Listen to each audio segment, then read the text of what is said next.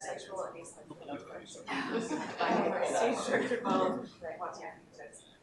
So I wanted to start thanking the organizers for inviting me, but also thanking all the other participants, and all the presentations have been great, and I've really enjoyed the conversations. I don't know if this is actually going to work.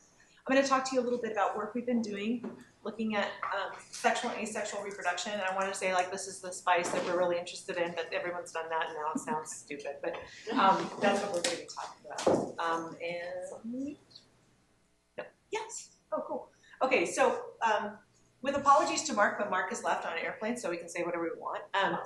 Clone reproduction is actually, oh, you're still here. Clone reproduction is actually, it's not common, but it's widespread, is what I use. So I'm really interested in what's called partial clonality, which is the existence of a form of clonal reproduction and sexual reproduction in the same organism.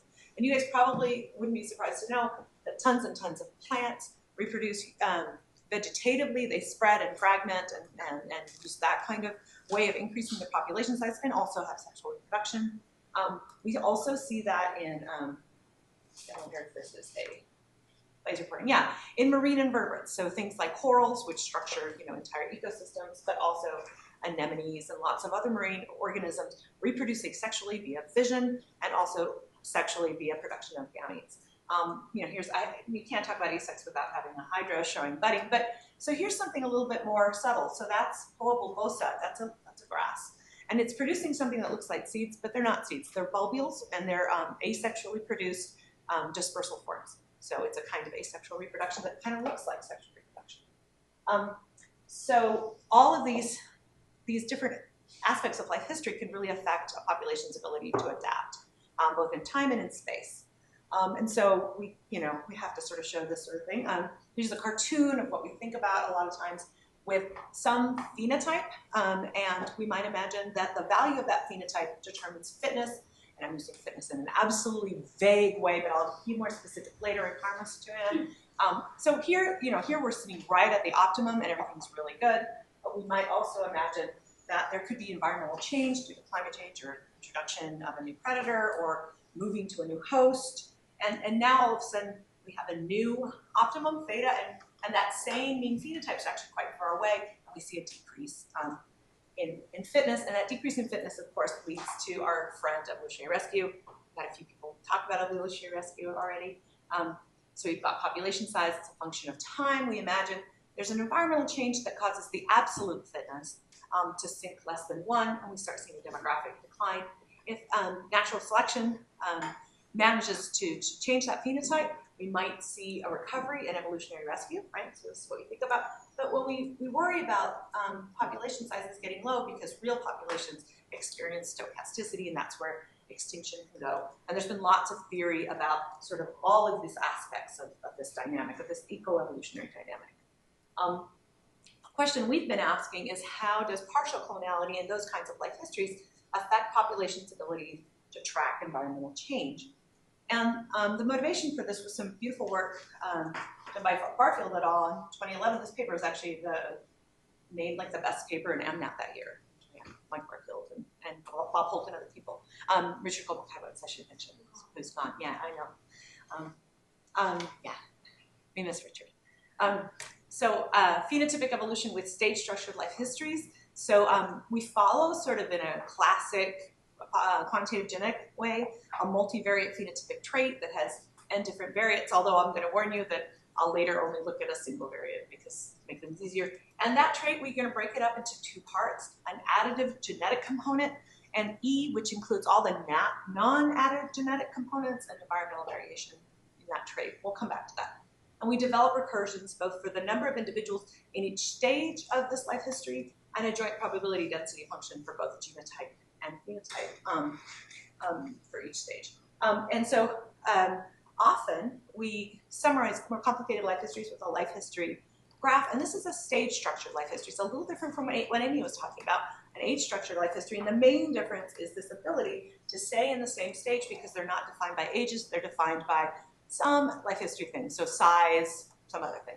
And here's a cartoon of a coral, right? So we've got little sexually produced larvae, and then we've got a single polyp, and then we've got sort of binary fission leading something bigger. We have all kinds of transmissions. And what we do is we separate the transmissions into 3 different types.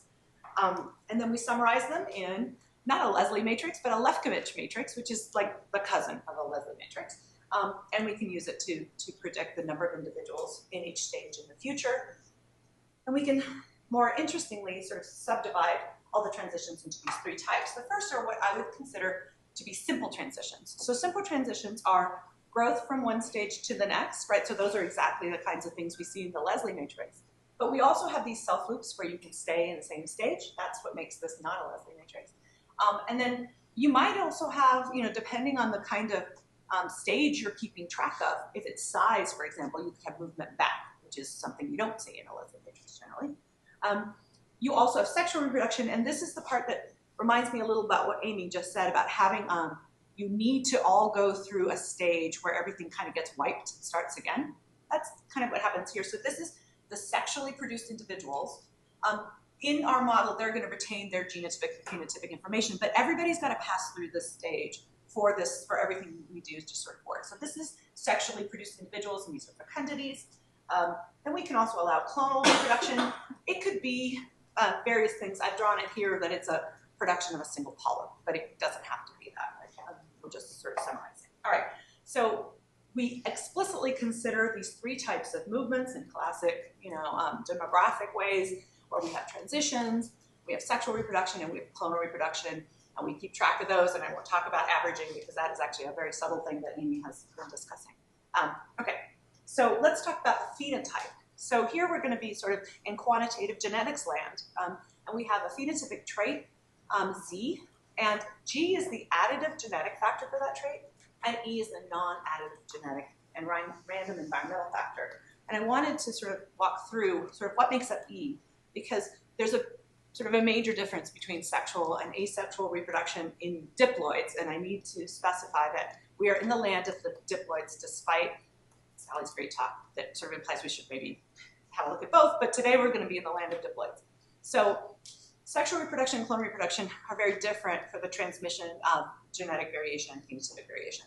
So in a random mating, sexual diploid population, there's a lot of words there, Mendelian segregation breaks up associations between alleles within a locus, recombinations breaking up all kinds of other associations across the genome, and on average, it's important on average, the only thing that's inherited is the added genetic value of the trait. That's the building block of classic quantitative genetics. We've symbolized that by alpha, and that's what gets taken up in that G that I just showed, right?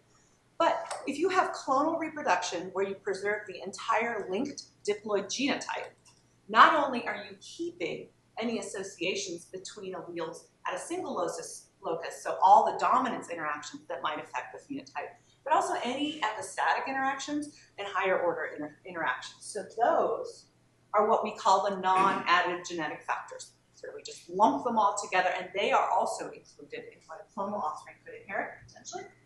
But also random environmental factors, it depends on what the phenotype is. And we've seen that some situations we have some aspects of the phenotype. We can imagine if there's a large proportion of parental tissue that's being used for some sort of fragmentation, that the phenotype would be preserved. So, so we define this association parameter, rho, that's an association, it's not exactly a correlation, it's just association, between E, this non-additive genetic and environmental component in the clonal offspring, and what we might call E star in, say, the parent. Now that's going to be 0 for sexual offspring because, again, we're assuming random mating and diploids, and we're losing everything except the additive case. So we defined it this way. I'm terrible at Greek letters. I think that is zeta. It's a 0 mean unit variance, Gaussian deviant. And basically the thing that you see here is if rho is 0, then basically you're choosing this environmental component from a random distribution that's centered at 0 for the environmental variation. If rho was 1, you would make an exact perfect copy of the phenotype and give it to your clonal offspring. And this is reminding me of Dan's discussion yesterday of Juana's work, where you were looking at sort of how faithfully you translate a phenotype and this idea of you know, asexual reproduction being low noise compared to sexual reproduction. This is an example of that. This is one way to think about that. And again, there might be forms of asexual reproduction, like our dandelion friends, where maybe it really is very physiologically similar to producing a seed, and rho is actually very close to zero. I don't know. But you might imagine if you're using a lot of parental tissue or maybe parental tissue late in development to make your clonal offspring, that some aspects of that phenotype are being passed on. So the type of reproduction might be really important here. Okay, so math happens, and you develop recursions for the phenotypic and genotypic means. I know this looks ugly, but we were actually, the fact that it reduced to this made us really happy. This is the absolute general form, but we are making some assumptions. It's a big assumption that both genotype and phenotype are during the Gaussian. Now, we've done simulations to test that, and as long as we don't have tons and like when clonal reproduction gets really high, we go away from that. But we're close enough that we're satisfied that this assumption's okay. This is just some of the definitions of the pieces in here. The only thing I wanted to say is because I'm talking about an n variant for Z, rho is actually, you know, a matrix of rows, but it doesn't matter. We could just have a single row. Here's the identity matrix. That could be a 1 if you just want to live in unit land. And the cool thing is for the recursion for phenotype, rho partitions clonal reproduction into 2 types of transitions. There are types of transitions here multiplied by rho, right? And this is the little up C is the amount of clonal reproduction going on. This is depending on the mean phenotype or on the phenotypic covariance matrix. And it's like the transitions. So this is like the part of clonality that's like a simple transition.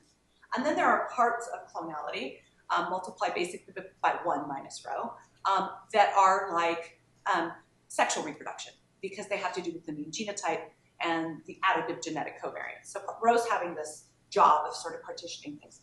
And then I guess we could also think about the recursion for genotype. This is just all the different stages, the genotypes of all the stages that contribute to this genotype, and then this is where selection is, you know, acting. That's a gradient. Okay, so we won't worry about that too much. So this is cool, and I would even venture to say kind of spicy. But now, now we're going to take out almost all the spice so we can do an analytical approximation. So let's do so vanilla, but we love vanilla, but still somewhat vanilla right now. Here's the simplest life history that has both clonal and sexual reproduction. A single stage block that does both. Here's the fitness aspect of it, because here we have selection, and it's on survival. And it's a simple sort of Gaussian survival where the further your phenotype is from the optimum, the lower your probability of survival. We're going to track for the rest of the talk the amount of clonal reproduction as R sub C, which is the relative amount of the proportion of reproduction that's clonal versus total. And we get these fairly simple equations for the change in mean phenotype and genotype, and we're going to just look at them numerically for a sec. So here's again that life history, and I'm just going to make a comparison. This is a figure from our 2017 paper of no clonality versus some clonality. You know, rho sub C times, sorry, R sub C times rho of 0.5. On the top is the mean genotype and phenotype. On the bottom is the population size. Here's generations, and what we're doing here is we're starting the population with a phenotype of 0, and the optimum theta is 3. So they're far away. And this is deterministic, and you know, Charles Darwin was correct because natural selection does indeed work. And so, of course, everybody goes to 3. Doesn't matter if you're doing sexual reproduction or clonal, you get there. Clonal reproduction, here's no clonality, purely sexual, does that. Here's the genotype in solid and the phenotype dashed. You notice that with clonal reproduction, the two things spread, right? They spread out a bit, they eventually join up. The approach to equilibrium is slower. So clonality is slowing the evolution towards the optimum. But because the organisms are passing on part of their phenotype, they are also getting hammered less by selection. So selection's weaker doing this, but it's also weaker doing hammering the population size. So initially, you have a large number, and they're really far away from the optimum, and the population size plummets, and then it recovers as evolution happens. Clonality is the stash line. It goes down not as far and recovers more quickly. So clonality is providing a demographic advantage. Even though this is a transient advantage, this is a disadvantage for the equilibrium, right? But of course, this is deterministic. Nobody's going extinct. It doesn't matter how low you get. But in real life, right, this is what, I don't even know what that number is. It's very small. You could easily go extinct at any of these numbers. So the question is, you know, what happens when we add stochasticity? So to do that, So this is just summarizing. Skip.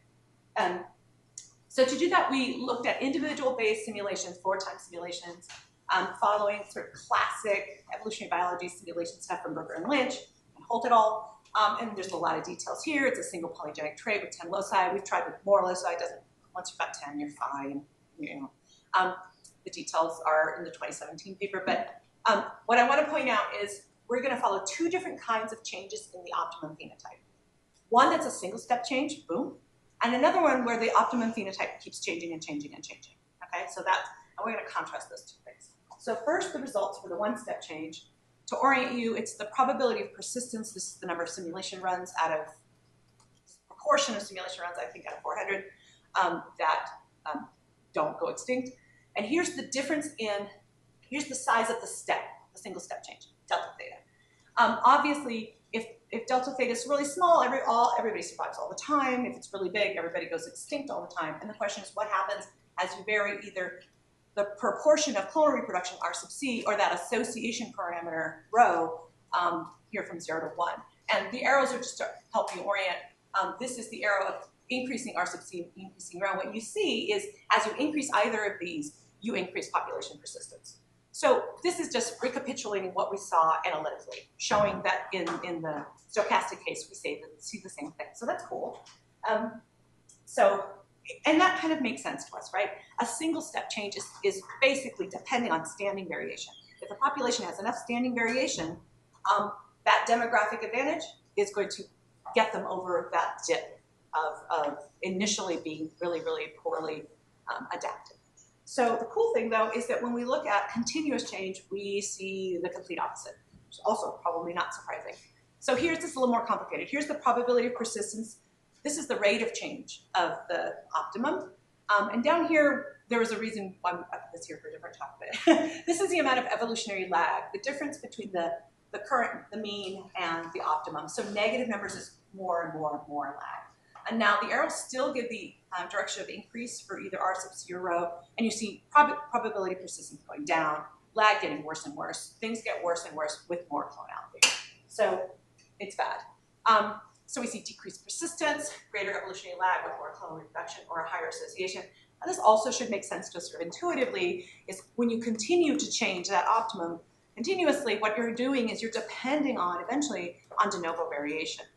And in these simulations, obviously the clonal reproduction has much less clonal variation because of the lack of recombination, also the way mutation works in them, and because of the phenotypic matching with higher rho, you're getting less random environmental noise in the phenotype, which here you might want. Okay, so if we ask the question, what's going to happen to these various partially clonal organisms under rapid environmental change, I think our model gives us some intuition about the importance of 2 things. The scale of change. Does the population experience that change as a single sharp transition or not? Single sharp transitions could be like the jump to a new host or something like that, right? That depends on things like the generation time and timing things. The other, I think, big takeaway is the amount of phenotypic matching between organisms and their clonal offspring. How faithful is that? That depends on things like the kind of clonal reproduction. Is it something that goes from a single cell, develops a parthenogenetic? Is it fission, which includes like a lot of parental tissue? So that's important. But the other thing is, and I didn't really talk about this at all, is the genetic underpinning of the trait itself, right? So that could be a very important part of this. So I've got a little bit of time left, and I'm going to quickly talk about some extensions we did recently that just came out late last year in a paper looking at spatial structure in the same sort of situation. So if we imagine, again, a partially clonal organism living somewhere, there are parts of where it lives, let's say this dark circle. I love that this is, it's like, this is land, maybe it's a hill. And in here, the mean phenotype is close to the optimum for that place, and they're very well adapted. Oh, that's great. But if that same mean phenotype travels out here, and this is this arrow a little shortened, they're out here and there's a different optimum, they're way off. And so we see a spatial pattern of maladaptation that's just basically analogous to a temporal pattern of maladaptation that we see in evolutionary rescue. This has been modeled lots of times. The reason that I got interested in this is there's this interesting association between invasive species and clonal reproduction, clonal spread. Here's two examples. This is Gracilaria, which is a invasive seaweed, which I think the genus name changed recently, but it is like all over South America, for example. It's a serious invasive. This looks like a meadow or something. It's really pretty. That's a body of water. That's Salvinia molesta, which is, the name is sort of indicative. It's an invasive clonal, I think it's not a plant. It's a, well, I think it's like an algae or something. I can't remember the kind of organ. It's obviously a kind of plant. Anyway, that could be a single clone. I mean, when it gets into a body of water, it just spreads. So we were interested in this idea from that. Now we're going to do a really simple 2D model. I'm going to go through it real quick. And we're just, the order of events is migration of juveniles.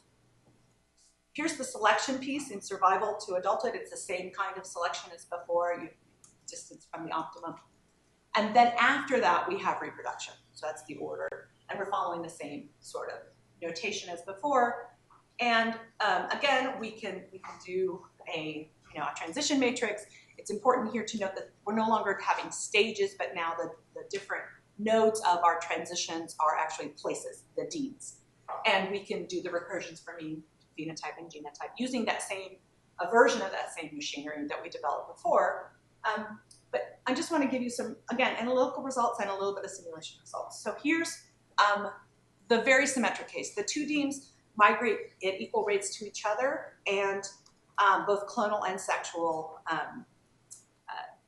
offspring migrate at the same rates. We've broken symmetry in some other examples, but I'm only showing this here. Here's final population size, and here's mean genotype and phenotype normalized to the maximum. And these are the numbers in DEEM 2. So DEEM 2 is the maladaptive or the sync DEEM, or it becomes a sync DEEM. It has an optimum of whatever delta theta gives, and DEEM 1 has an optimum of 0. And so we start off, we're well adapted to that central place, and we start migrating into the sync. What happens? Well, up to a certain point, you're fine if it's not that different. And then there's sort of a critical value of theta where they're so different that the population crashes and it can't adapt. And what we're seeing here is that as we increase that clonality, it's able to deal with larger and larger differences between the two of them. It's that same demographic advantage again happening, but in space rather than time. Genotype and phenotype is a little messy, but remember before we saw that phenotype and genotype separate under this model, right? When we have clonality, that's what's happening here. The black line is sex. So this is where it adapts as well as it can and sort of stops. And then as we increase clonality, we get better adaptation, at least by the phenotype, to the optimum. So we wanted to look at the stochastic version of this. We did the same sort of individual-based model, 4x simulations on the two deans. This is probability of persistence, again, with the difference and now in theta in space. And as you increase clonal reproduction and the association parameter up to a point, you get better and better persistence. You see the lines are getting closer and closer, though. Once you go to completely clonal, when you lose all sex, you sink back down again. People have seen that in lots of different models where you need a little bit of sexual reproduction, because if you don't have any sexual reproduction, you start to get into issues. There's a nice paper, that's a simulation paper by Bazine et al. That appeared in Biological Invasions that finds basically the same result. Their model's a little different than ours, and it's funny because, well, not funny. They find the flip between 0.99 and 1. So I mean, it's really like right there. Okay. So let's just sort of summarize real quick. So greater amounts of clonality under this spatial adaptation also permit adaptations to greater differences in spatial optima. So, and also then when we looked at the simulations and included stochasticity, both random stochasticity, genetic stochasticity with mutations and stuff, increased clonal reproduction and increased phenotypic association increase the probability of adaptation as long as it's not completely clonal, as long as it has a small amount of sexual reproduction.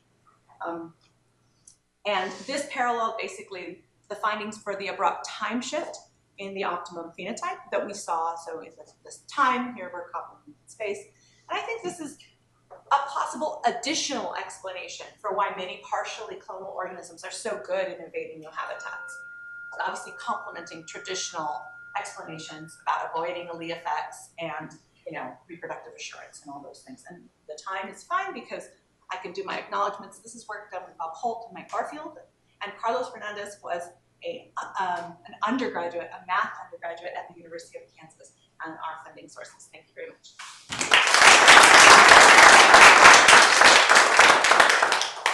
Yes. One question. Sitting up. What do you think would happen if you looked at all of these circles that you drew for the spatial structure of the primates, and not just jumped from the top to the bottom? Because I'm guessing it would be the analog of the gradual changing environment here. So we have actually just started that project. So Bob Holt has a grad student, and we're meeting Wednesday. We've been working on this. So I think the obvious thing is to do continuous change, and that's what we're working on next. And I predict that we will see the analog of what we saw in time. So.